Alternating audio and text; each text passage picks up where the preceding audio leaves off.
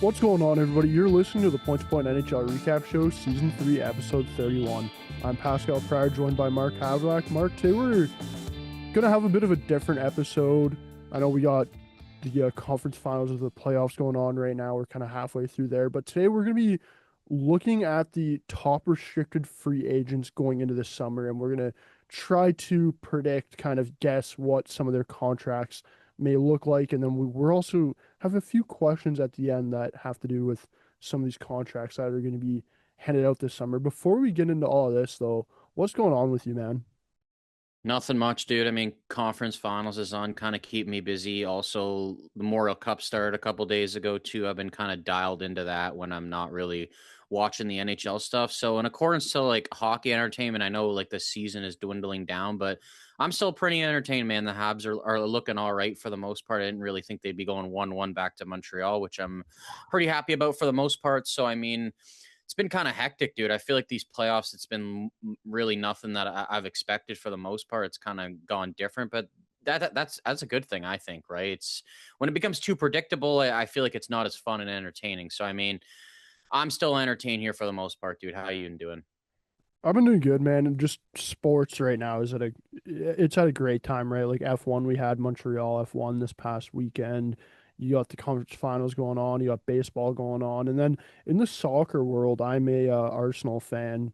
So the season just wrapped up yesterday. Was the last game of the Premier League season, and they won the trophy. So I was kind of dialed in on that yesterday during the day, watching the celebrations, and then they're also playing in the Champions League final next Saturday. So I'm kind of just waiting until next Saturday to watch this Champions League final. Because for me, being an Arsenal fan, like we haven't see I believe it was the first time in 23 years that they have won the league. And then for the Champions League, like they haven't been to a Champions League final, and I don't even know how many years, right? So I'm just ecstatic to watch all this, and So hopefully they're they in can. the actual final, like for the Champions League, Yeah, Arsenal? because Champions League is like the best team. It's like the best teams from each league in Europe all play in like a Like separate league sort of like the almost. Champions League in hockey, sort of, but like I know it's somewhat different because Yeah, it's like from the year before, but like somewhat like that. no, it's pretty much exactly that. So like based on the way the standings are this year for each league in Europe, that's who will play in the Champions League next season, right? And then you have your round Yeah. robin, then you go into round of 16, so on, so on. So Arsenal won the Premier League this season, so I was watching all those celebrations yesterday. And then Champions League is Saturday, I believe, at like 12 o'clock. So I'm going to be dialed in on that. Just really hoping they can pull it out. So are And you going to be like really dialed into like World Cup, or are you more like club team type of no, thing? I get dialed in for World Cup too. I almost get more dialed in for World Cup just because it's so many games in such a short amount of Well, time. I And know, like, and it's the expanded yeah, format this year too, right? Like I kind of even forgetting that it's starting in a couple weeks. And the one thing I saw too, I think the NHL was like a little worried about like potentially having a team going far that was like hosting them like games at the World Cup just yeah, because of like I know with Montreal this weekend, I think they were actually happy that Buffalo Montreal went to 7 because if not, there was the possibility of having I think it would have been Saturday night or even yesterday there would have been a game in Montreal game 3, right? If that series started early and it overlapping with F1 and I know that with the final 4 teams here, none of them are hosting World Cup games, so they're not super worried about like hotel availabilities and stuff like that down the road, like as we near like the end of June. yeah. And the other thing too is the World Cup. It doesn't start up officially until I believe, I think it's the 11th of June. yeah, I it's think it's the around, 11th to July 19th there because there's an yeah, extra week now. It's usually a month, but I think there's an extra week because there's 48 teams, I think, in the World Cup going forward. yeah. So like it's gonna be cutting it close here for the NHL, but like it does suck because their viewership without a doubt will likely take a little bit of a drop, especially considering that like for previous World Cups, the NHL hasn't really had to worry about the whole time zone thing because their previous World Cups have been on the other side of the country, right? Where it's like the games are completely different time zones and games are maybe at like 12 Earlier in the o'clock morning and and stuff. done at Like, yeah. 4. Yeah, where now it's like with this World Cup, like Canada's home opener could be 7 o'clock p.m. game 3 of the Stanley Cup Finals, right? And it's like if that happens, you're gonna have a lot of viewers in Canada watching that World Cup opening match for them over the Stanley Cup Finals, which kind of sucks, but like, hey, like if you're the NHL, what are you gonna do, right? I Like, wonder if like the 8 o'clock slot time that the NHL usually does later in the playoffs, like will help them. Like I don't really know the full World Cup schedule, yeah, and I'm sure there will be like night games here and there. And I mean, is there like states out west? Like, is there even games in Vancouver and like Seattle and stuff? So there could be yeah, the possibility that I LA. mean stuff does overlap, right? But I mean, I think it probably helps a little bit that they do have like later 8 o'clock games, and I'm sure the World Cup there'll be games like throughout the day, even, you know what I mean? So hopefully it doesn't overlap too much, but I do think at some point it probably will. Yeah, without a doubt, I think it will overlap at least one game, if not two. Especially considering the World Cup. You know what I mean? It's not like it's like one game a day. You might have Oh, anywhere probably from three three or ish, at maybe least even for the four, start, right? right? So it is going to be a little bit tough there, but hey, the NHL will be able to figure out. And it's like, to be honest, I think this is even more of a reason if you're the NHL to start the season 2.5, 3 weeks earlier and wrap up the season 2.5, 3 weeks earlier, right? Like you don't have as much Because it's not even like competition. the World Cup too. Like it's the Euro is every second year, right? So it's Yep. like every second year you're gonna have to deal with something. So I mean, the earlier start time and hopefully maybe an earlier end time down the road. I don't know how much earlier it's supposed to end next year. I just know I think by September 25th or something, the puck will be dropped for next Yeah. season. So the expanded schedule might make that a bit difficult, but it's probably something they're gonna have to look at for sure. Mark, I want to get into our RFA predictions now. The first player we have listed here, he had a phenomenal playoffs and he might get a couple extra million AAV on his contract here based off his playoffs. It's Zach Benson. What do you think a contract for him looks like? Yeah, Zach Benson is a really, there's a lot of intriguing RFAs. We're not going to get to all of them this offseason and maybe not even some of the top guys, but he's really intriguing to me because he's a guy that stepped into the NHL at 18 years old, has played the full 3 seasons in the NHL. I know he had a little bit of an injury this year. I think that kept him out about 15 games or so. But he seems like he's continuing to get better year over year. And even that first year, I mean, he went from 30 to 28 points. He did miss a couple games that first season. With Zach Benson, I do agree with you. I think that this postseason has opened a lot of people's eyes at what kind of player he is. And the way I look at him is I think he can be like a Brad Marchand type player in the future. I know he's already got some of those traits in his game. 5 goals in 13 games in the playoffs this year, 9 points overall. 43 points in 65 games. I know we were talking, I think, off air last week about how his points per game, he's basically on pace for about 50 plus right now. I could probably see him hitting maybe 60, 65 points next year. I don't know 100% if he's going to be a point per game player next year, but it is something down the road that I think is possible. But I also think it really matters on what they decide to do with Alex Tuck. And they are in a Yeah. little bit of a strange cap situation that I don't think a lot of people would have thought, considering you don't know what you're doing with Alex Tuck 100%. I'm sure you probably want to keep him if that number isn't insane. But the Sabres right now only have $12.9 million in cap space. Like, they don't have a lot of money to work with, considering they got Tuck. They got Beck Malenstein's going to be a free agent this year. Zach Benson's an RFA this year. They actually took care of some business with Josh Doan a little bit earlier this year. They gave him a 7 times 6.95. So I think for Zach Benson, I would want to lock him up as long as possible. Like you can still sign that 8th year. A lot of people don't realize you can still sign an 8-year deal until September 15th. That's when it Yeah. rolls over this year. If you're property of a team with Benson, I don't know if I'm underselling it a bit, but I really see a number, something along the lines of 8 years, just over 7 million. Like I was more thinking something like 7.2 times 8. Josh Doan just signed, like I said, that 7 times 6.95. That was definitely the range I was looking at. And I was more thinking, if you give him the extra year and give him the 8th year, maybe you can get that above $7 million. It is really strange with the cap going up and these projections. Like, it seems like it could go up between $7-8 million a year. And I think that if he signs a deal like that, it has a possibility to look really, really good. I just don't know at this point with him putting up a career high 43 points. If he does have legs to stand on being like, I want 8 to 9 million, I don't know if that's possible right now.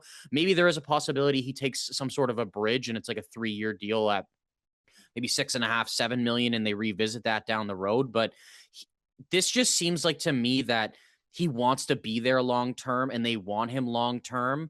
And I think somewhere around 8 years, between 56 and $60 million is probably the sweet spot.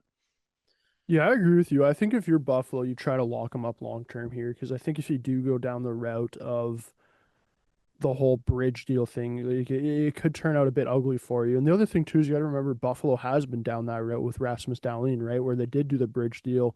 Dahlin basically played himself into a massive contract that he's on right now. The one thing I do wonder for the Sabres though is like you mentioned that they are kind of don't have too much cap flexibility here going into the off season.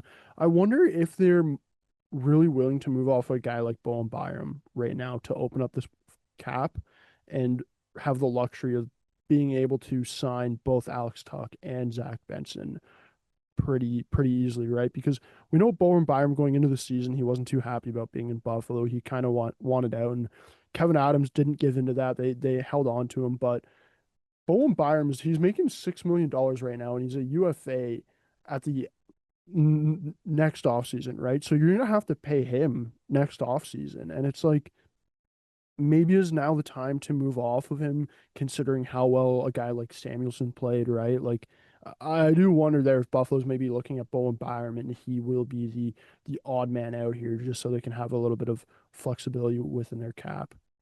The other guy too, I wonder that could be more of like a cap casualty on their team is Jordan Greenway.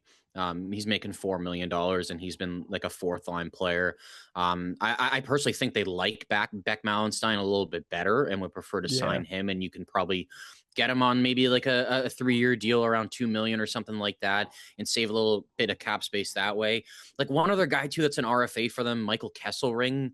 I know he didn't really play a whole lot this year, but it's curious to know if like, are they going to try and re-sign him? Are they going to move off of him as well? And then even we talked about in net a little bit, like, do they come back with Ukko-Pekka Luukkonen and Alex Lyon, or is like Ukko-Pekka Luukkonen a guy they decide to move on from? Like he makes almost $5 million as well, right? But I'm sure if you get rid of him, you're probably going to be replacing somewhat in net that will cost some money on your cap to bring in, yeah, right? So I really think and would predict down the road that they don't bring back Alex Tuck, to be honest, and they do re-sign Zach Benson. Maybe there's something else they go out and do, but there has been instances in the past where like they let Jeff Skinner walk, like JJ Paterka. I know they got Josh Doan back for him, but I don't think they really anticipated that Josh Doan would be doing what he's doing. And I know it might not be right away, but like you see some guys that have came up throughout the year, like Consta Hellenius, I think he's going to be a hell of a player. Noah Uslan is a really good player too. So I wonder if they just go the route of like trying to replace it internally,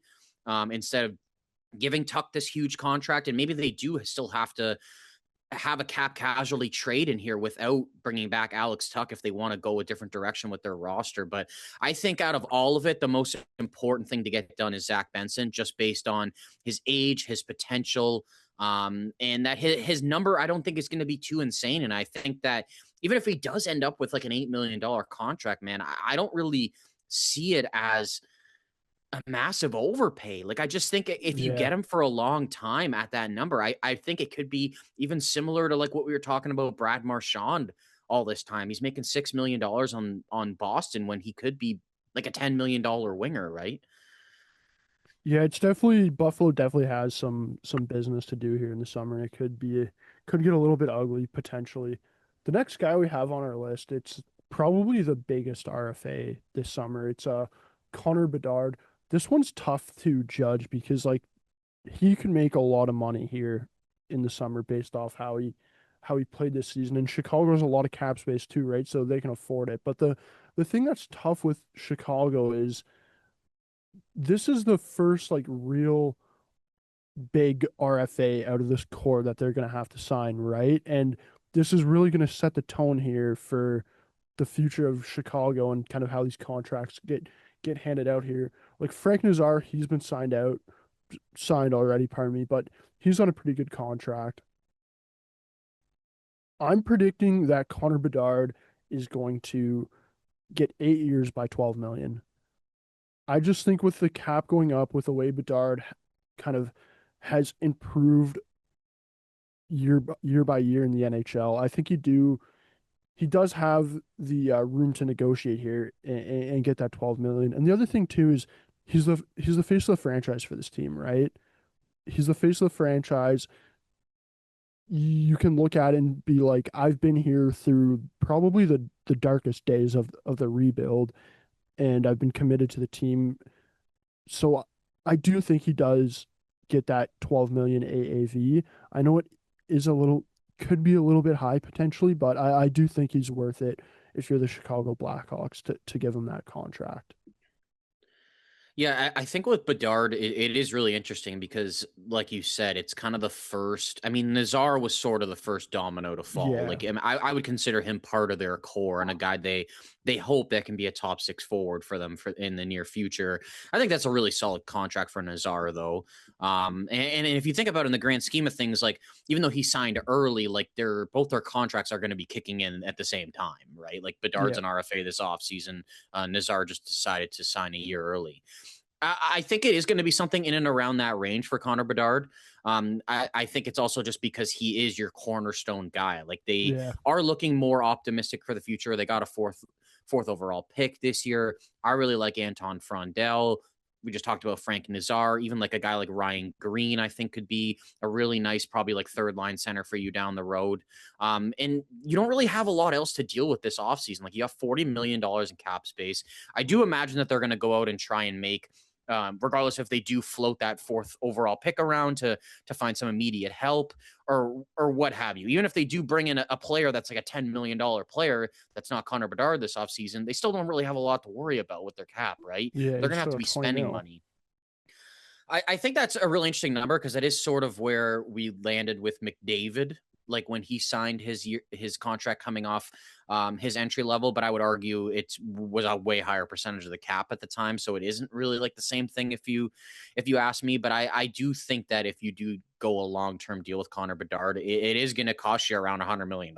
Like it Yeah. might even be a little bit more. Like I think that it is a really interesting offseason because we're going to get to some other guys and then there's even like Celebrini the next year, right? Like he's eligible to sign on July 1st, but I wonder if he just is going to wait and see like there's more guys like him. We're going to get to Leo Carlson in a little bit that can really set the standard for Yeah. what some of these young guys can get with this new contract style with the cap going up so much every year. So with Bedard, honestly, my range was more like 11 and a half to like just under 14. It just really depends on maybe Chicago. Maybe he does play hardball, right? And he's like, I'm the guy here. I'm setting the standard. And maybe it is somewhere between somewhere near 14, excuse me. But I think I'd be a lot more comfortable if it was 12 million. Because I don't want to just go out and be like, I understand he's a star player and he will be, but I don't want to just give him the absolute bag if I don't have to, right? Like I need Yeah. to control my cap because there's holes that are going to be filled around him, and we don't want to put ourselves in a bad situation where we're overpaying him. And that's really why I have him getting 12 and not more because like realistically he probably could be a hard negotiator and get a bit more. But it's like if you're Chicago and you get into that road, then it's like every RFA that you have to sign afterwards, they're gonna like you're gonna have to sign him for probably half a million to $1 million more AAV just because it's like Bedard has such a high AAV, right? Where it's like if Bedard's making 12, then these guys that are coming up after Bedard, it's like you can say to these players, "Hey, Bedard's making 12, like you're not making 10, you're making 8." You know what I mean? Like you're not making 12, you're making 10 maybe. Like when Frondell comes up, right? Like if Frondell has it pops off in the next couple of years when he's a RFA, if Bedard's making 12, it's like if you're the Chicago Blackhawks, you can look at Frondell and say like, "Look, you're not making over 12, Bedard's making 12." Or if you're paying Bedard 14, then you do get yourself into a tougher scenario though when you do have to sign these RFAs that are going to come after him. Mark, moving on to another centerman kind of centerman winger combo, we got Trevor Zegras in Philadelphia, a guy that has taken bridge deals in the past. But what do you think he's going to get on this contract? Yeah, he's coming off that bridge deal. I think it was 3 times 5.75, which I thought was a pretty good contract sign at the time. I know that he's gone through a little bit of a downfall, I guess you could call it maybe in Anaheim, but I feel like he really rebounded well when he had a change of scenery this year. He's an interesting one to me because, like you said, it's like he played most of the first half of the season as a winger and then sort of transferred over to being a centerman. Um, I don't think a lot of people are ready for Trevor Zegras to make a lot of money this offseason, but I really think that we're going to be talking about him making around $9 million if it's Yeah. a long term deal. I sort of see like a 9.2 times 7. And I think with Philly too, it's like, I don't really think he's a full tilt first line center.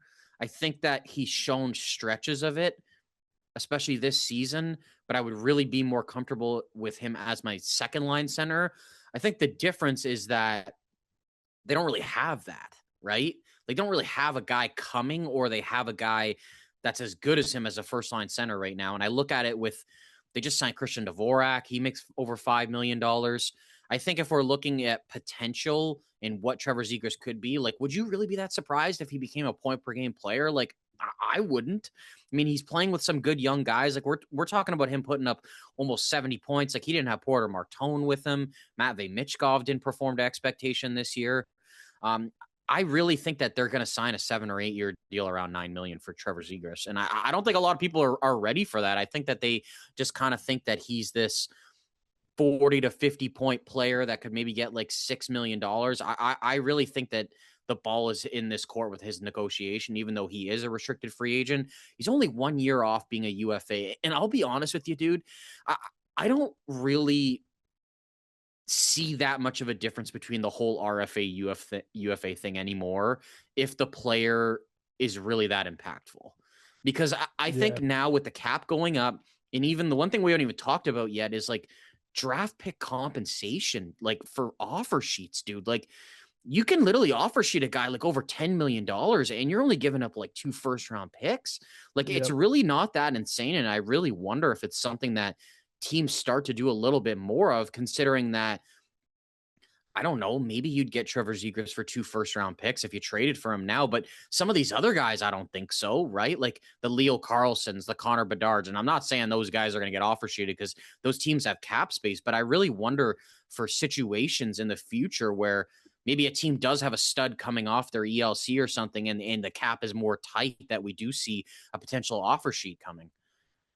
Yeah, that is definitely interesting. And the one thing for Trevor Zegras that he has on his side is, as you mentioned, he is only a couple years away from being a UFA, right? And we've seen it previously with players that when they are RFAs, but they are coming up on that UFA status, that they typically do demand a bit more money when you're going on a long-term contract, based off the fact that at that point you're starting to buy into the UFA years, right? Where if you're signing a 21-year-old RFA to a 7 or 8 year deal, you're not really buying that many years of their unrestricted free agency, right? Where with Zegras you are. So I do think that if Trevor Zegras is signing a 7 or 8 year deal, it is around the 9 number. I do wonder though if maybe Trevor Zegras looks at it and kind of tries to do what Austin Matthews did, where you sign a shorter deal and then you can cash in again when you're 30, right? Because he's 25 right now. If he was to sign a 5 year deal, I still think he'd get probably around 8 to 8.5 on a 5 year deal. And then you can sign another deal when you're 30 years old. That's like another, like hell, if he plays good, he could maybe even sign an 8 year deal when he's 30 years old, right? So I do wonder if Trevor Zegras is looking at, and he might personally rather go on a shorter term contract and be able to cash in a second time, opposed to going on an 8 year deal and then signing that next contract when you're what, Yeah. 33 years old. So it is interesting because Trevor Zegras definitely has some flexibility here on what he wants to do personally. Yeah, he's 25. He's technically, if he signed a 2 year deal, he'd be walking to UFA. I mean, for the Yeah, Flyers, I would think they'd probably want to get a long term deal done if yeah, they without a can. doubt. Like, they don't really have a whole lot to deal with this offseason. It's mostly him. And if they want to bring back some minor guys, and it's kind of like Jamie Drysdale as well as another guy they're gonna have to deal with, and they've got $38 million in cap space with a $104 million cap. So it's not like they don't have the option to go long term with even probably both guys if they wanted to. But yeah, I think this number might be a little bit tricky. I think that there's a possibility that this could be one that stretches out a bit. I really do. I wonder if Philly's more looking at it like he's a $7 million player, and Zegras is more like his camp even comes in at that $10 million number to start, right? And they sort of got to meet in the middle. But I kind of think this could be one of the RFAs this offseason that I don't want to say it's going to go into camp and beyond, but if I had to make a prediction right now and put money on it, I think he's signing like in the first 2 weeks of August. Yeah, I could see him going long with his negotiations. Moving on to the next player, Mark. This one's a weird one, how the way I set it up. Instead of one player, I went with two players here just because it's a very similar situation for both these players. I went with Leo Carlsson and Cutter Gauthier on the Anaheim Ducks. Look, Anaheim, dude, they have a lot of business to take care of this summer. Like they have a lot of cap space. It I could mean, be the busiest team in the NHL this summer. yeah, they got 40 million in cap space right now, but when you name all the players that they have to sign, it is a lot. They Their have entire to, right side of their defense, that none of them are even RFAs. They got to sign all of them, and yep. then we're gonna get to the RFAs here. Yeah, it's John Carlson, Jacob Trouba, Racco Gudis, Mitch Kolb, Olin Zellweger, and then the two forwards I just mentioned. Right? Like some of these guys, it is 40 million in cap space, but some of these guys are going to get some pretty decent contracts here, and it's a lot of business that has to be done for Anaheim. For me, though, for Leo Carlson, starting off with him, I went 8 years at 11 million AAV. I gave this number partially based off considering what I said for Bedard making 12.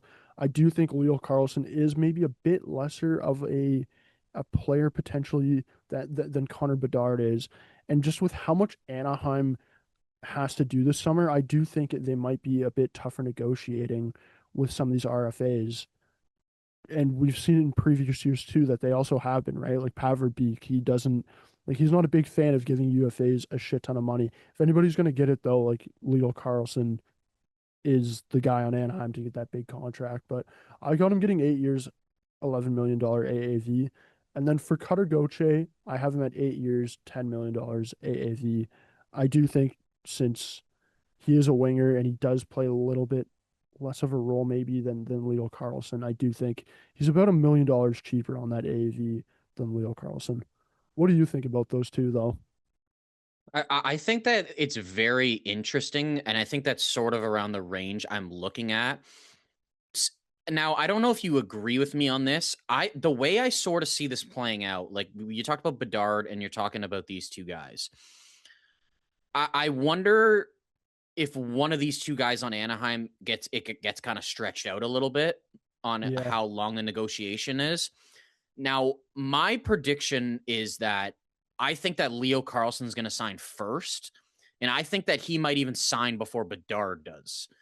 yeah. Now, if Bedard signs first, though, could you see a situation where Leo Carlson is almost like I want that number? Because to be honest with you, I think he has like an argument He does have to somewhat of make an the argument. same. Like if Bedard does come in and say next week, Bedard signs 12 times 8. Like, can you see a situation where Leo Carlson is the one where it's getting dragged out and he's like, listen, like, we're from the same draft. I was second overall. He was first overall. The numbers are pretty similar right now. Yeah. And to be honest, I've been seeing these debates online of whether you would take Leo Carlson over Connor Bedard first overall. And I think it's a very interesting conversation at this point. So I kind of see it the way you had this played out, in the sense of I actually see Leo Carlson getting a little bit less, and I see him signing first before even Bedard does. And then Bedard might even be like, all right, well, I'm the only guy here, and I'm going to make a little bit more than Leo Yeah. Carlson does.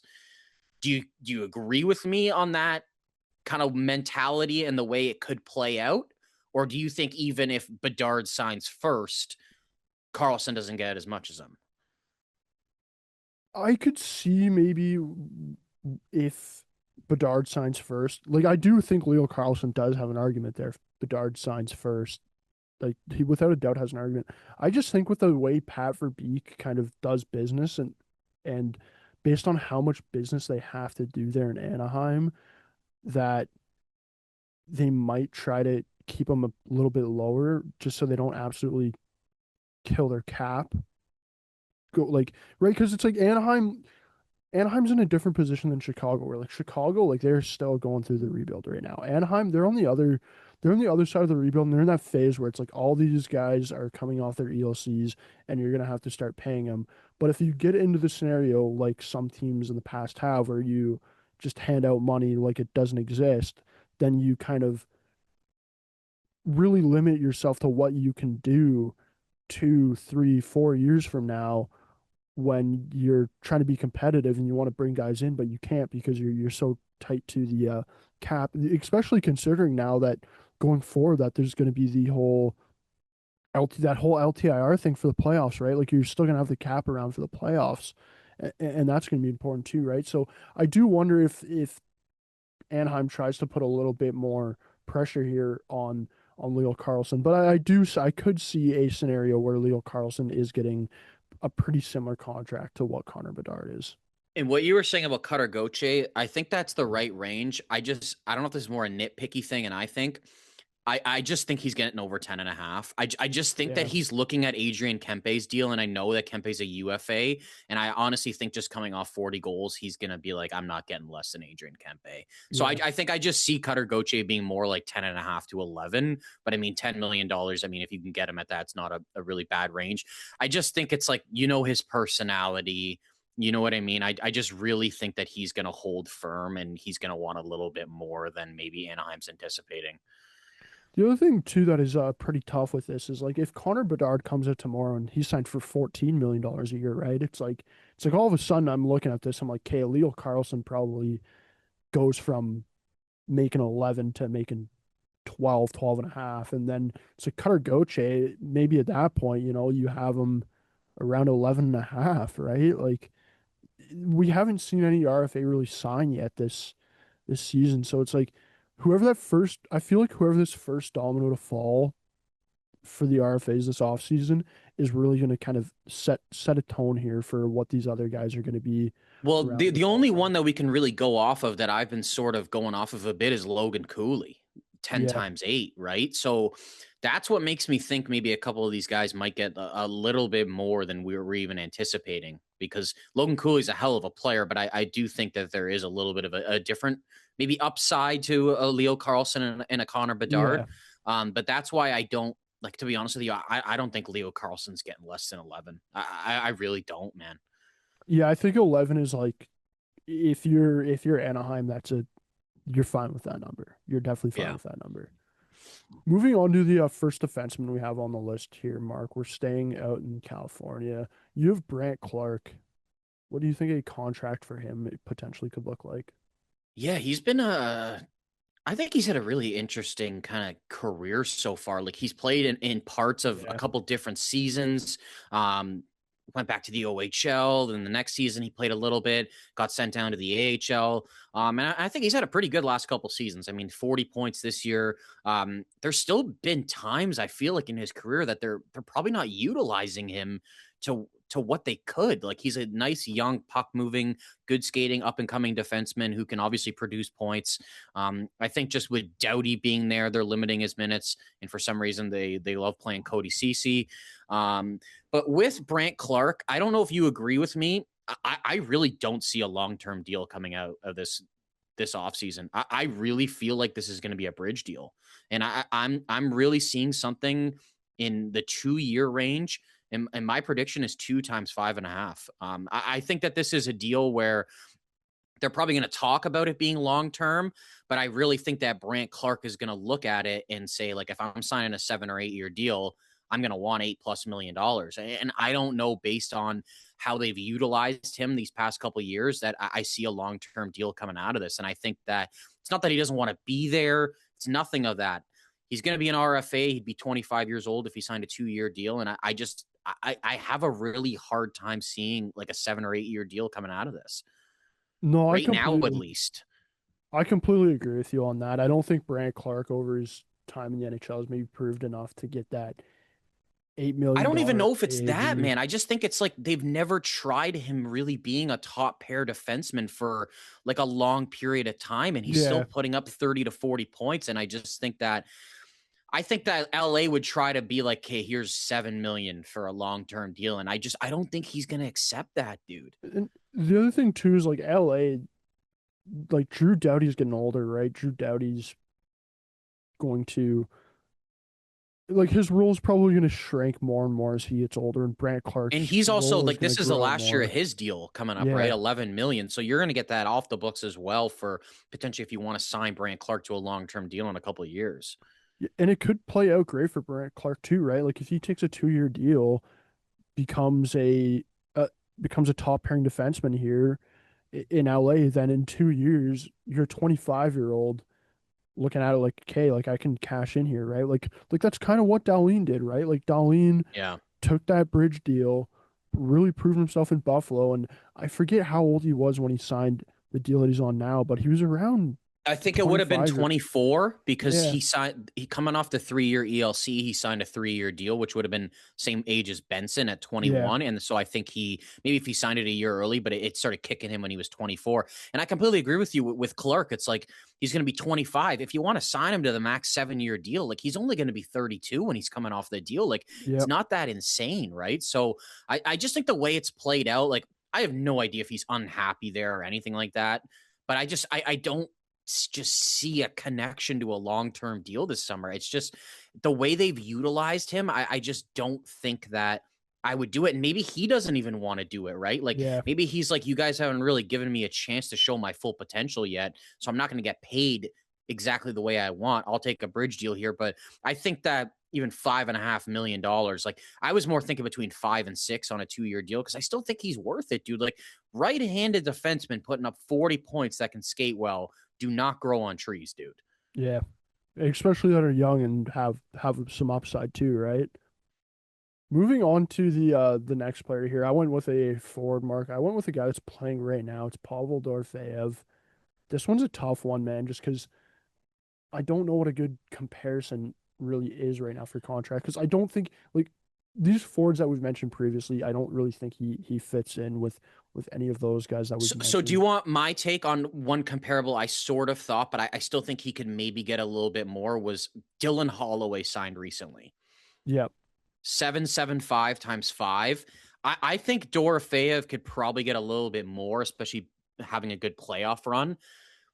I was thinking something around 8.5. Maybe not see, max term, but I think he can get that based off this postseason. I think he could get that too. I had him here at 7 years, 7.5 million. I just went with a little bit less just based off the fact that like Vegas is really like they don't have a lot of cap room here. They got him to sign. You're gonna have Rasmus Anderson to sign as well. I think Vegas is gonna play very like real hardball here on this contract with Dorofeyev. And the other thing too is like if you're Dorofeyev, it's like do you maybe take a little bit of a discount just knowing that you're playing in Vegas? It's a no income tax state. You're playing on a Stanley Cup contending team, right? It's like maybe you do take that $1 million discount just based off all that there compared to what maybe you play hardball and Vegas goes, okay, you know what, fuck you, we'll trade you and recover some assets here, right? So I have him at 7.5. I do think though, like realistically, it could be from 7.5 to 8.5, somewhere in that range, just based off what we've maybe seen some guys go for. So saying that, regardless if it's 7, 9, 8.5, they don't really have a lot of cap space. They got Um, they got like I think none. he could. I don't know if some team would offer sheet him, but I mean, he's probably up there in considerations for a team that you could probably swindle a guy from if you gave him that ridiculous of a contract.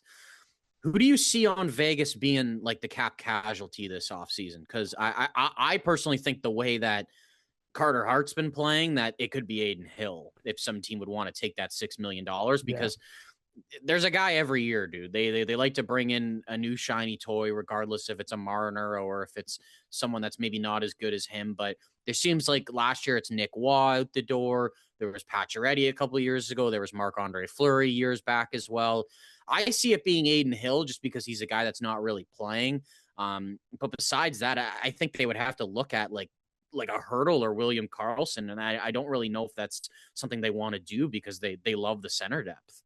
See, I think it's Aiden Hill, and then I think the second guy that I think is Barbashev. I I wonder. He's just been such a key part of them in these playoff runs, though, he right? he has, but I just think that as you mentioned there, that they love the center depth. And the other thing too is you're gonna have what is it, Trevor Conley, I believe. You're gonna have him coming up at some point, right? So it's like maybe you think that Trevor Conley will be able to kind of fill that gap if you were to get rid of Barbashev, where it's like if you're getting rid of Hurdle or William Karlsson, it's like you're gonna have a tougher time filling that gap, I feel, than if you were to get rid of Barbashev. But I do think like the big guy that is the cap dump for them is Aiden Hill, because it's like Carter Hart's making 2 million right now. Aiden Hill's making 6.25. If you got rid of Aiden Hill, you could probably get a backup goalie for around 2 million, I'm gonna mil and be a honest half with you, maybe. dude. I wouldn't even hate them giving Akira Schmid another start. Like he was Yeah, probably one of their most consistent goalies throughout yeah, the entire regular season. So it's like they want to do a cheap backup route, which they're probably gonna have to. Like he's an RFA. Like I mean, you probably get him for like just over $1 million and tie yeah. about So it's like, $3-4 million into your goaltending, right? I just think with Aiden Hill, I don't love the goalie overall personally, but I think based on the past that someone will take him regardless if you yeah. have to give them away for free. I don't think it's a situation where you're going to have to give up a first round pick to get off his contract. Because I think the availability of goalies and the fact that he's won within the past 3 years is something that's going to intrigue a team that really needs a goalie. Yeah, I do think a team would for sure take a And shot on Vegas him. is they're down to give away guys for free just to get the Yeah. cap space. Like they've shown it in the past, right? Mark, speaking of goalies, you have a goalie here on the list as your next guy. It's Artur Silovs. He he looked pretty good at points this year. What do you think a contract for him might look like? Yeah, he's an interesting guy to kind of see what happens moving forward because Pittsburgh is in an interesting situation, I would say. Like they bring in Stuart Skinner throughout the year. I personally don't think he's going to be going back to Pittsburgh. I think he's probably going to move on and go elsewhere.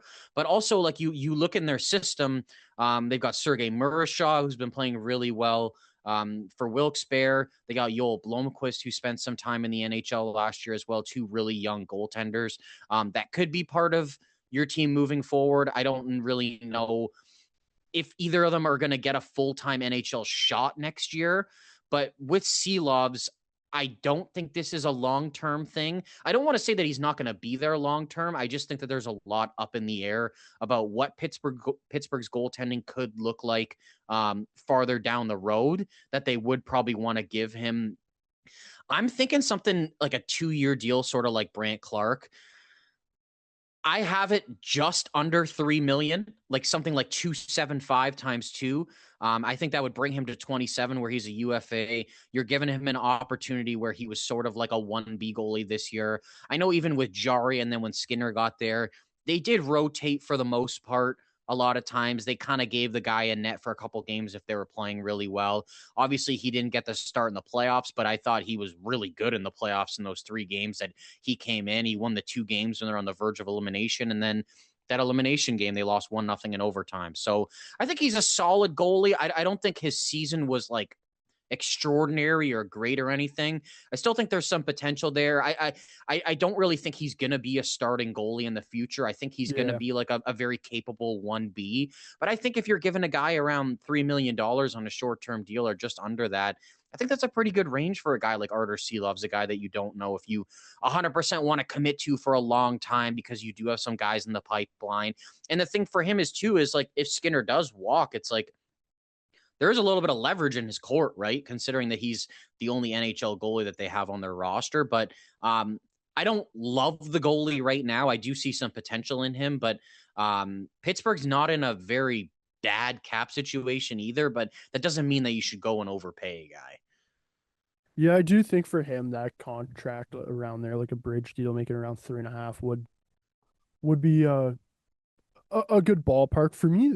For me, a guy that he kind of reminds me of a little bit is like a kind of like a Kevin Lankinen, just like a very good backup. Like he can be a lower tier starter, just kind of somewhere in there, right? So I do think the contract there would be pretty decent Not a for whole lot of Pittsburgh. RFA goalies. I mean, I'm going to talk about another one at my next turn here, but I mean, it is hard to judge sometimes. Like there was a lot of goalies that kind of went. It was like a year and a half ago, right? Like there was Aiden Hill who signed for 6. There was Logan Thompson who signed for just under 6. Tristan Jarry signed that contract. Karol Vejmelka got 4.5. And I don't think he's really at that level, even though the cap is going up. And I don't really see a deal longer than 2, maybe 3 years here with Pittsburgh, because I Yeah. think that Kyle Dubas is going to be very weary. And I think that if it ever got to a point where, say, he was like, I want $5 million, and they just really couldn't come to terms on it, I think he would look at trading him. I really do. I don't think this is a guy that he's necessarily married to, but he does like that he's a young goalie that still has some Yeah. potential. Moving on to the next player, I went with a defenseman here. I went with another right-hand shot defenseman in Philadelphia. It's Jamie Drysdale. This one, to me, it's kind of similar to the Brant Clark situation, except that I think Brant Clark maybe is a little bit better. So I went with Jamie Drysdale signing a 2-year deal at 5 million. I just think if you're Jamie Drysdale right now, I don't know if you want to sign long term, because if you do sign long term, you could potentially be not getting that high AAV that you maybe hope for, right? Like it is tough because depending on what Zegras gets, I think if you're Jamie Drysdale, you could maybe have a little bit of an argument maybe to make a bit more on a long-term deal. But at the end of the day, I just think if you're Philly and if you're also Jamie Drysdale combined, like I just think a bridge deal works a whole lot better here for both parties. So 2 years, 5 million is what I have him making. And then similar to Zegras, it's like, hey, on when you're coming off this deal, maybe that's where you get the big deal, right? That big long-term deal with the big AAV. What do you think about Now, that one? I will want to say that I like the mentality, and I would try to do it. The one thing I wonder about, though, man, is do you think Jamie Drysdale is looking at this saying, this is, I think this is the best season he's had in the NHL, Yeah, and his injury history? Do yeah. you think that would make him push for a longer term deal? I could potentially see him maybe be somewhat open to it. I just think on a long-term deal though, it's just I don't know how like if I'm Philadelphia, like I don't know how willing I'd be. What if he was willing to sign a 6x6? If he was willing to sign a 6 by 6, I think I'd be fine with that. But I think I would be too. I think on a long-term deal though, if it's anything over 6, that's where I get a bit questionable. And to be honest, I just don't know if Jimmy Drysdale is going to want to sign long term at $6 million, because it's like if you do start to play really well, it's like all of a sudden you're losing out on a lot of money potentially, right? Especially with the Fair, way the but the one cap's going thing to I go will up. say is, listen, he was drafted to be like a top tier NHL defenseman. Yeah, I don't think he is one. That's not saying that I don't think he can be one, because I think the skills are there. I think injuries have definitely derailed him a little bit. But the one thing I would say, though, is say we're in the negotiation with this, all right? We're talking about a 2-year deal. We're talking about a 3-year deal. We're talking about a 6, even an 8-year deal. Like, do you really believe that Jamie Drysdale has a leg to stand on and go in there and be like, I want 7.5 or $8 million? Because the way I'm looking at this dude is like, Jackson Lacombe gets 9, Lane Hutson gets just under 9. Like, he's not at that tier, dude. Like, and it's yeah. like, I haven't even seen one season where he's at that tier. So I don't know. Maybe it's not a 6x6, but I just have a real hard time even seeing his camp go in there being like, I want 8.5x8. Like, I don't think that's very realistic, dude. Yeah, I think it just all really depends on what Ziegler signs for. Like if Ziegler signs for 9.5, I think maybe not 8.5 you can go in there, but I do think 7.5 to 8.5 you can maybe more ask for that. And the other thing too is like you're going to be getting some UFA years from him here too, right? So I do wonder if maybe that costs a bit more. I just look at him like, look, if he signs a 2-year deal, 2-year bridge deal at 5 million, you become a UFA at 26, 27 years old. And it's like maybe you just get the big contract there, right? And the other thing too is like him getting traded to Philly, it was kind of a weird scenario there, right? So Yeah. maybe being a UFA, like maybe he wants to go to UFA pretty soon here. Moving on to our second last guy here, Mark. You went with another goalie this time, goalie in Columbus, Jack Greaves. Yeah. Jack Greaves to me is a very interesting player. Now, I still feel like he's super underappreciated. Yep. He had a really good he jumped into the NHL at the end of last season. Columbus went on a little bit of a run there, almost got into the playoffs, didn't make it on the last game. Um, he's had a very interesting like career trajectory though, considering that he's an undrafted goalie that played in the OHL. I think he played in the OHL in um, his overage year as well with Barry. Gets signed to an ELC by Columbus. Spends a couple years in Cleveland in the AHL. Ended up having some really good seasons, but he's not like your prototypical guy. Like he's a very undersized goalie. But I think that makes me appreciate him a lot more, considering I think he has one of the best glove hands in the league. He's very fast, and even though he is small, like he looks small in the net, but he plays pretty big. And you even see him over in the World Championships right now with Canada. I think he's been playing really well for them. Now, coming off 55 games this year with a 908 save percentage, he was actually within the top 10 of the NHL in goals saved above expected this year. And I thought he really took over the job as a starting goalie with the Blue Jackets. Now, you might think I'm crazy, dude, but I've got Jack Greaves getting 5.5/5. I Yeah. actually think that he is worth this. He's only 24 years old. The one thing I'm probably looking at if I were him as well, I don't know him very well. Obviously, like I've only seen limited interviews. He seems like a pretty good guy, but can you not, if you're Jack Greaves, look at this and say, well, my goalie partner is a backup goalie and he makes $5.4 million, which was signed 5 fucking years ago. He Yeah. hasn't lived up to that as all. I'm the starting goalie here. And I just think with Columbus, it's like they do have a guy that could actually two guys that could be NHL goalies in the future that are in their prospect system, and Sergei Ivanov and Evan Gardner. I don't know if those guys are going to be like fully starting goalies in the NHL. I think I more envision them as 1B guys. And I think with Jack Greaves and what he's proven at such a young age, like you can't tell me that. I don't want to say the sky's the limit, but like he's already proven he's a starting goalie at 24 years old. Like I think there's potential here. And I think Yeah, that if you for can sure. lock him up, like I sort of looked at the Lucas Dostel extension from last year. He got 6.5/5. I don't know if it's because of the name. I see him getting a little bit less, but I don't think that they should be bridging him, dude. I really think like maybe not 8 years, but I think if you can get him until he's like 30, 31 years old, I don't think a 5 to 5.5 million number is that crazy, man. I just think that people are looking at it like he wasn't this highly touted prospect. We haven't been waiting for this guy.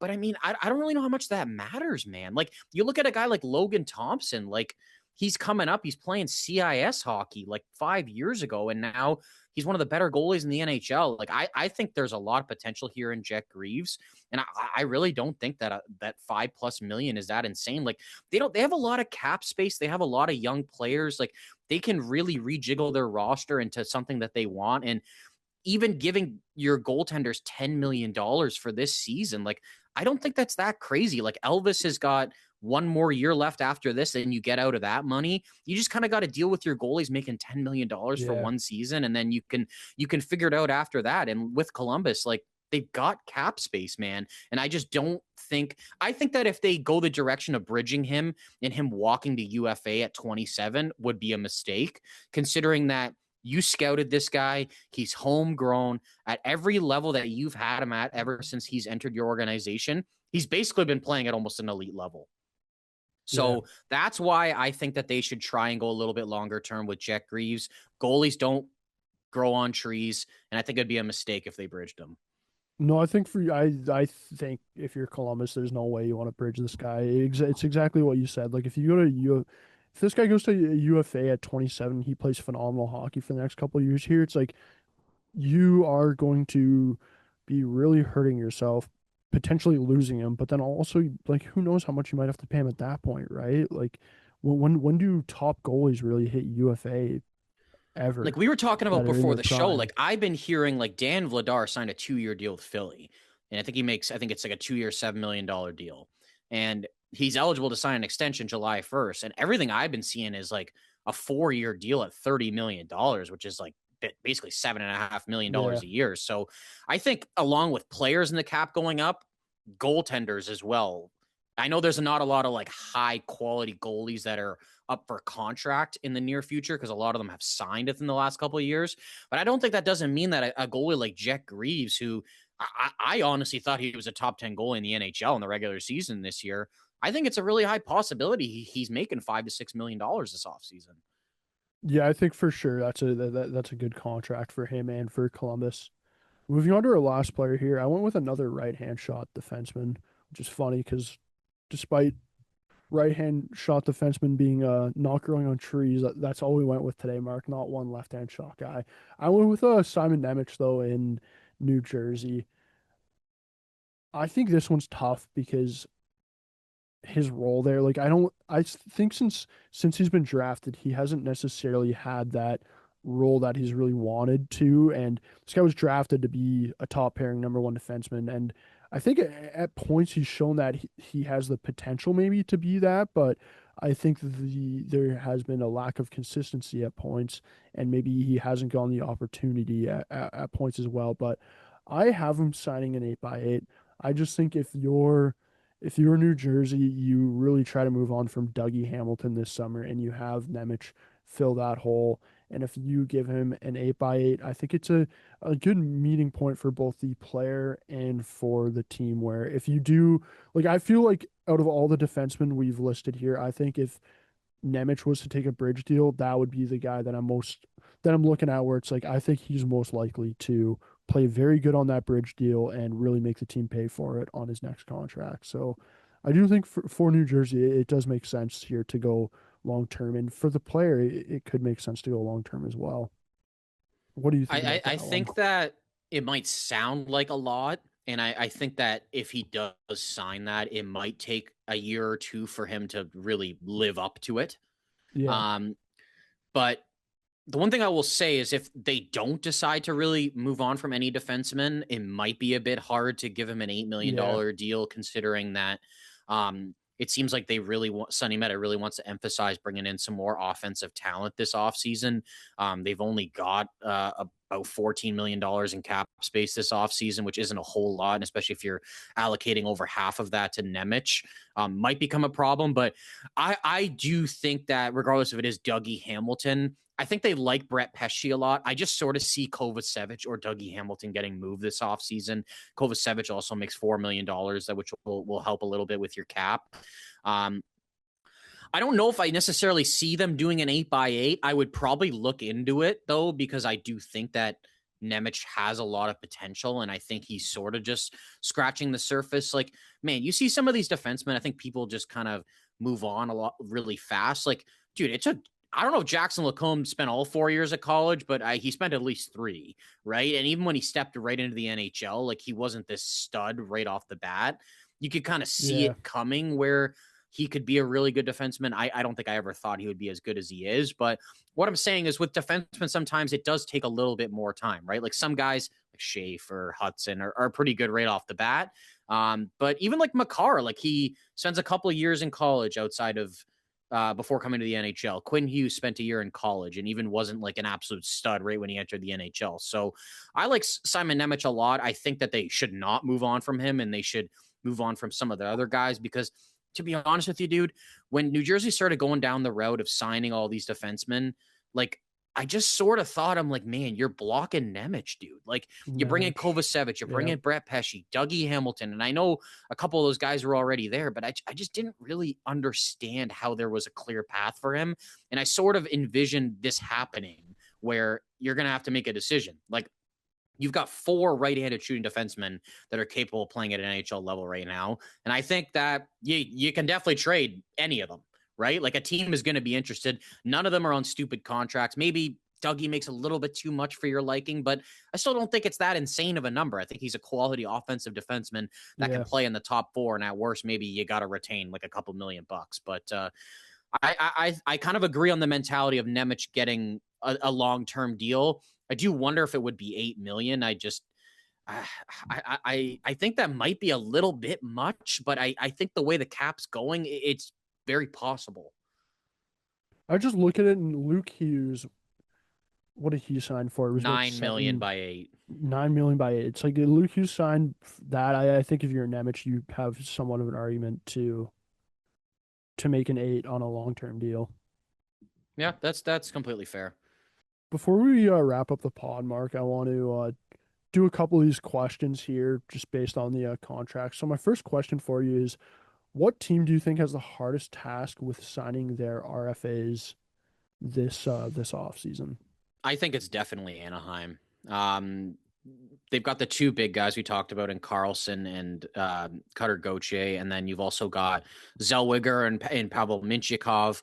They already signed Jackson Lacombe a year early, but I think regardless if you're looking to move on from one of Minchikov or Zellweger, or if you decide to keep them both and sign them, like it is going to be a very kind of daunting task to go through all these negotiations and be able to get them at a number that you want moving forward, right? Like obviously that was kind of their first domino to fall. Then they did McTavish, Lucas Dostel. And I think for the most part, they got those guys at pretty reasonable numbers. I don't know how good the McTavish contract's looking at the moment, but I think that he can probably rebound and get back to that level of play. Yeah. But you have the cap space, but you don't want to spend it stupidly, right? And two of those players are really good quality players that I think there's no way either Gauthier or Carlson are getting under $10 million, right? So I think it's going to be a grind for Verbeek this offseason. And I know this is an RFA episode, but like they've got UFAs too, dude. Like their whole right side, they're going to have to figure out, right? So it's not even just about signing the RFAs, it's about 5 of your 6 defensemen right now don't have a contract for next season, right? And that's really important moving forward. So I think Anaheim and Pat Verbeek have got a busy offseason ahead of them. See, I kind of have gone a different route here, and I think Dallas might have the might have a very hard time here this offseason. Like I agree Anaheim is a tough time because they got so many guys they need to sign, but the thing that Anaheim that has it is a bit of a luxury is the fact that they just have so much cap space there, right? For me, when I look at Dallas, it's like, of course you got Robertson to sign, and that's the big one, but you also have a Maverick Bork to sign, and then there's also some UFAs here and there that have to sign it. They really do not have much cap space. Like Jason Robertson could sign 12 million and it's like that's pretty much all the cap space that you have there and you're just allocating it all to extending Jason Robertson. And based off that, I think that Dallas and their team there is going to have a tough time this offseason handing out some contracts here. Okay. My first question for you is what player do you think is the most likely to be offer sheeted this offseason?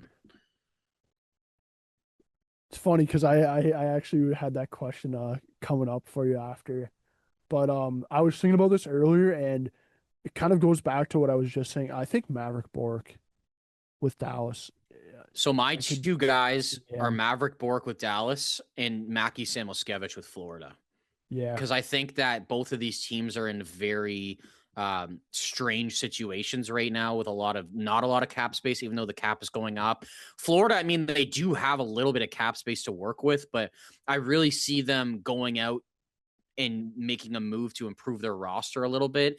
And you don't 100% know what's going on in net. Like both of your goalies are UFAs right now in Yeah. Bobrovsky and Daniil Tarasov. And I'm going to be completely honest with you, dude. I really see a situation with a team going and kind of doing exactly what St. Louis did to Edmonton.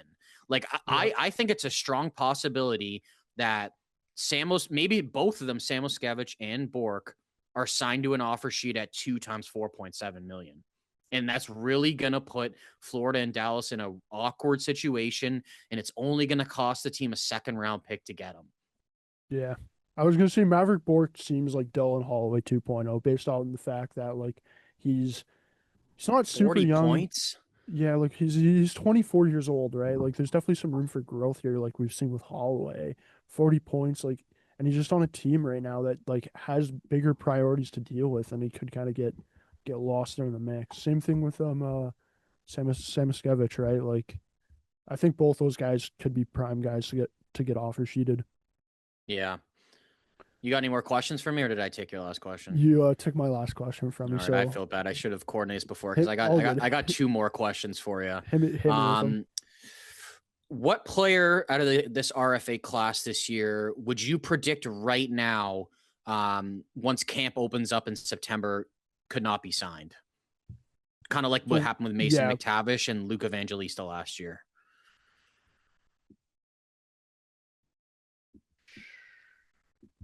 that's a tough one, man. I I'm already gonna know say my answer, to be honest with you, and I think it's Cutter Gauthier. I see. really do. That's what I was gonna say too. I was gonna say Cutter Gauthier, but I do wonder if Anaheim just looks at it and they're like, this guy's too important to our team to risk it. But and the other thing too is like with how much business they got to do. It's like so when you look at their priorities, I'd argue that their priorities is Leo Carlson one, Cutter Gauthier two, and then like Zellweger, Minchikov probably fall down a little bit. The one thing I would say is I think I agree that's the priority, but I don't know if Yeah, that's the way it's going to go, right? Like if Minchikov or Zellweger, like say, I sort of envisioning those guys taking bridge deals, 2 to 3 years, and I think if you can sort of agree on the number quite fast, that they could be signed fast. Like if yeah. say one of them is wanting like a 3x3 or something like that, like that's not going to take up a huge part of your cap. You get that business done knowing that you don't have to deal with it throughout the summer. Meanwhile, I do agree that I would prefer to sign Carlson and Gauthier first. I just don't know if that's necessarily going to happen. To be honest, I'm gonna switch it up and I'm gonna say Nemec, dude. I just think for Nemec, it's like he could be looking at it where it's like if they kind of get like if it's a new GM, if New Jersey gets a little bit hardball here in the negotiations, like I think Nemec could be looking at it like, hey, you guys have not really given me any opportunity here. Like, fuck you guys. I'm gonna hold out until I get what I want. Because like there have been rumors over the past couple of years where it's like maybe he kind of wants a fresh start somewhere else, right? Like I could see it potentially get a little bit ugly there with him in New Jersey. So I'm gonna say Nemec.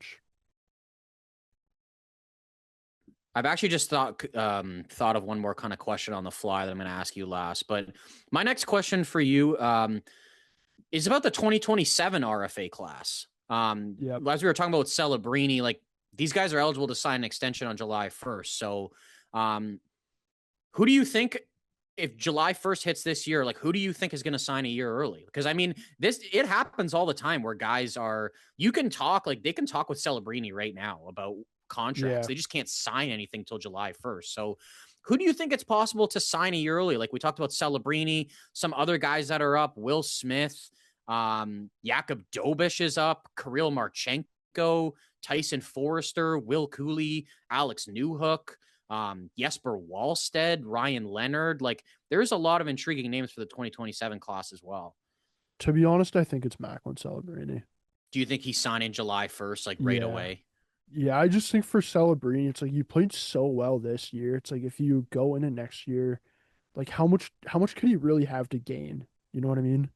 Like I guess you see what the cap could potentially go up, but you probably already kind of know on the back of the head what the cap's likely going to go up at the end of next season. I just think for Celebrini, it's like you've gotten off to such a good start. Like I don't think you have enough to gain to not just sign the contract this July 1st. And for San Jose, it's like you probably want to sign him as well and just get It's him locked basically a up. blank And check, and you just hope that he yeah. doesn't take up an insane amount of money, And right? speaking of that, I you know how Mike Greer didn't look that happy when San Jose got the second overall pick.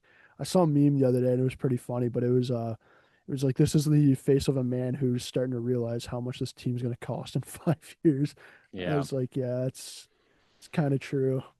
The one guy I do think that Celebrini is going to sign early, but to be honest with you, the more I look into this, the one guy I really wonder about getting done early, considering their situation, especially in the playoffs, is Jesper Wallstead.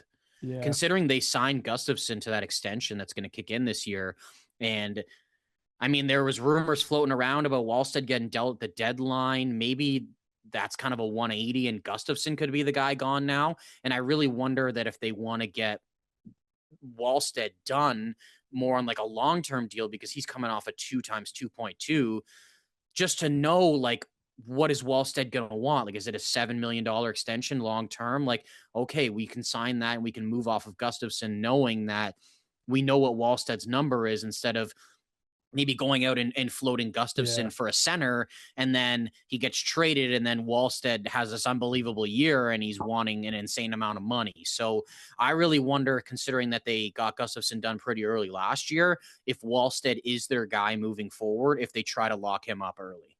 Especially considering you have Quinn Hughes that you're gonna have to sign here at some point in the right. So it's like the last thing you want is Wallstead playing himself into what a Yeah. Sergei Bobrovsky contract, and then it's like, oh fuck, now we got all these guys making so much money. Yeah, and I mean they're going to have to deal with Quinn Hughes as well too, a guy that I Yeah, wonder if they can get done quite early. So, my last question: one of the other big name RFAs we did not talk about. Um, my question for you is: will Adam Fantilli sign a contract where he's making above $10 million a season? yeah, I think he does. I Just was based really off, wondering, considering like, do they value him in a sense that like he makes more money than Logan Cooley, or is it like below that? I just based off the fact that like Connor Bedard, if he signs for 12 and Leo Carlson signs for around 11, I think it's like Fantelli's about a million less than that. The other thing too is like if Leo Carlson signs for 11 and Bedard signs for 12, that's probably maybe a bit on the lower side. Like it could be a bit higher for both those two players. So I do think Fantilli does have an argument here to be Do you making sort 10 of mil. see him being a guy that um, doesn't sign too fast? We maybe Yeah, I see it could going see into the him offseason a little bit, considering they've got a lot of cap space. without a doubt. Like unless they came to him tomorrow and they're like, "Hey, like here's $11 million, sign it." Like if I'm him, I sign it at that point. But if I'm him, I think it's like it is tough because it does work in his favor to see what some of these guys sign for and then be like, hey, this is what they signed for. This is what I should get. But on the other hand, like it could play out ugly where it's like, hey, Bedard signs for 11, Leo Carlson signs for 9.5. And then if you're Adam Fantilli, it's like, oh, I'm not even getting near 10 right now. But I think if that was the case, man, realistically, I'd I be don't think signing a that's going to bridge deal. happen. Yeah, yeah. Realistically, I don't think that'll happen though. I think like if you're Columbus and if you're Adam Fantilli, I think a long-term deal at $10 million is a pretty good win-win there for both sides. Yeah, I was thinking he's going to be around that range. I'm Yeah. thinking anywhere between like 9 and 10.5 for Fantilli, but I think that sort of over under at 10 is a very interesting number for him. Any other questions or is that No, I'm all good, dude. yeah. I'm not going to be stealing any more your questions.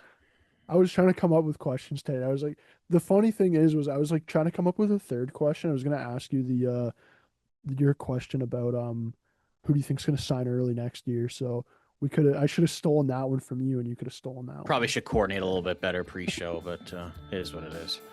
Overall, though, that's going to wrap up today's episode. We'll be back next week. Next week, we'll probably be doing Stanley Cup Finals preview episodes. So that's going to be a blast, and definitely stay tuned for that. But for everybody tuning in right now, thanks for tuning in.